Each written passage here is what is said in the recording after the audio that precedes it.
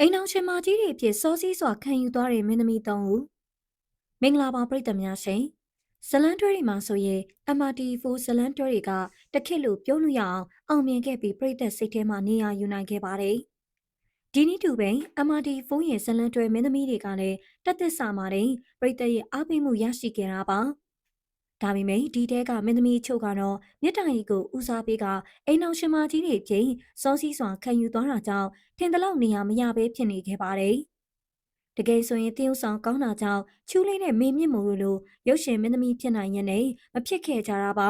။ဒါကြောင့်တရုတ်ဆောင်ကောင်းပေမဲ့စီရီမင်းသမီးတွေဖြစ်တာရှိနေသေးတဲ့မင်းသမီး၃ကြောင့်ဖော်ပြပေးသွားမှာဖြစ်ပါတယ်။နံပါတ်1မြတ်တူကတော့စီရီခေတ်တစ်ခေတ်မှာစီရီဘီယမလူတော်ပြောနိုင်တဲ့အထိအောင်မြင်ခဲ့သူပါ။ရတနာတွေကရတနာဒိုမမနဲ့တို့ကြားရီအိုင်ထောင်ရမန္တလေးစတဲ့ဇလန်းတွေမှာနာမည်ကြီးလူကြိုက်များခဲ့ပါတယ်။စီးရီးဇလန်တွေမှာနာမည်ရမင်းသမီးဖြစ်လာတာကြောင့်ရုပ်ရှင်ဇာတ်ကားတချို့မှာရိုက်ကူးဖို့ဖြစ်လာပေမယ့်2016နဲ့2019ခုနှစ်တွင်မှရုပ်ရှင်ဇာတ်ကားနှစ်ကားသာရိုက်ကူးခဲ့ရပါတယ်။အဲဒီနောက်ခင်မုန်းဖြစ်သူနဲ့လက်ထပ်သွားတာကြောင့်အနုပညာအလုပ်တွေအောင်ခဏရန်နာခဲ့ပြီးမကြသေးခင်ကမှဇလန်တွဲတွေပြန်လည်ရိုက်ကူးလာရတာပါ။ဒါပေမဲ့ဇလန်တွဲဘရင်မလို့တင်စားရတဲ့အတိုင်းရန်နာပြီးမှပြန်လည်ရိုက်ကူးတဲ့လိုင်းလီဂျာကပန်းရွှေကြားစကားထဲမှာဒေါ်ချာညူကြီးဖြစ်ပြိတ္တအားပေးမှုတစ်ခဲနဲ့ပြန်ရခဲ့ပါတယ်။နမနဲ့နန်းဆန္ဒလာထုံ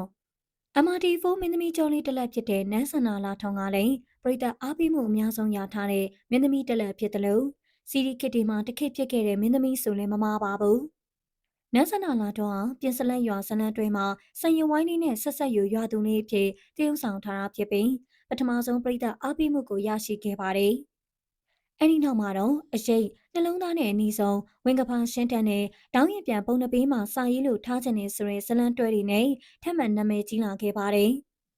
နတ်ဆနာလာထုံကတရုတ်ဆောင်ပိုင်းမှာလည်းထူးချွန်တယ်လို့ရုပ်ရည်ပိုင်းမှာလည်းချောမောလှပတာကြောင့်စီရီမင်းသမီးတွေမှာအရေးချင်းရှိသူဖြစ်သတ်မှတ်ခံခဲ့ရပါတယ်။2015ခုနှစ်မှာတော့ရုပ်ရှင်ဇာတ်ကားနှစ်ကားရိုက်ကူးခဲ့ရပြီးရုပ်ရှင်မင်းသမီးဖြစ်လာဖို့ရအခွင့်အလမ်းတွေရှိခဲ့ပေမယ့်အိမ်အောင်ပြူသွားခဲ့တာကြောင့်စီရီမင်းသမီးဖြစ်တာရှိနေခဲ့တာပါ။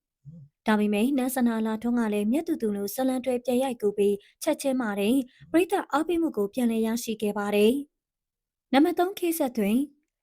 င်ကလည်း MRT4 မင်းသမီးတွေထဲမှာရုပ်ရှင်မင်းသမီးဖြစ်ဖို့လားလာရှိသူပါ။ခေတ်ဆက်တွင်ကရိတ်ဇလန်တွဲနဲ့နာမည်ကြီးလာခဲ့ပြီးပရိသတ်အားပေးမှုကိုရလာခဲ့ပါတယ်။ဒါပေမဲ့ခေတ်ဆက်တွင်ကလည်းနာမည်ရလာကစားမှာတဲ့အိမ်အောင်ပြုတ်သွားခဲ့တာပါ။ဒါကြောင့်စမ်းကြသွားခဲ့ရပြီးရုပ်ရှင်မင်းသမီးတစ်လက်ဖြစ်လာနိုင်ရဲ့နဲ့အခွင့်အရေးနဲ့ဝေးကွာခဲ့တာပါဒီလိုဖြစ်ခဲ့ရပေမယ့်တစ်ဖက်မှာလည်းခေတ်ဆက်သူရဲ့ချစ်စရာကောင်းတဲ့ရုပ်ရင်းနဲ့တရုတ်ဆောင်စမ်းကြောင့်အခုတက်တီအားပေးဝန်းရံသူတွေအများကြီးရှိနေသေးတာဖြစ်ပါတယ်ကြည့်ရှုနေကြတဲ့ပရိသတ်တို့အနေနဲ့ရောမြစ်တာရီကိုဦးစားပေးလိုက်တာကြောင့်တရုတ်ဆောင်ကောင်းပေမယ့်စီရီမင်းသမီးတွေဖြစ်နေပဲရှိနေသေးတဲ့မင်းသမီး၃ဦးထဲမှာဘသူသဘောကျဆုံးလဲဆိုတာကို comment မှာပြောပြခဲ့ကြပါအောင်ရှင်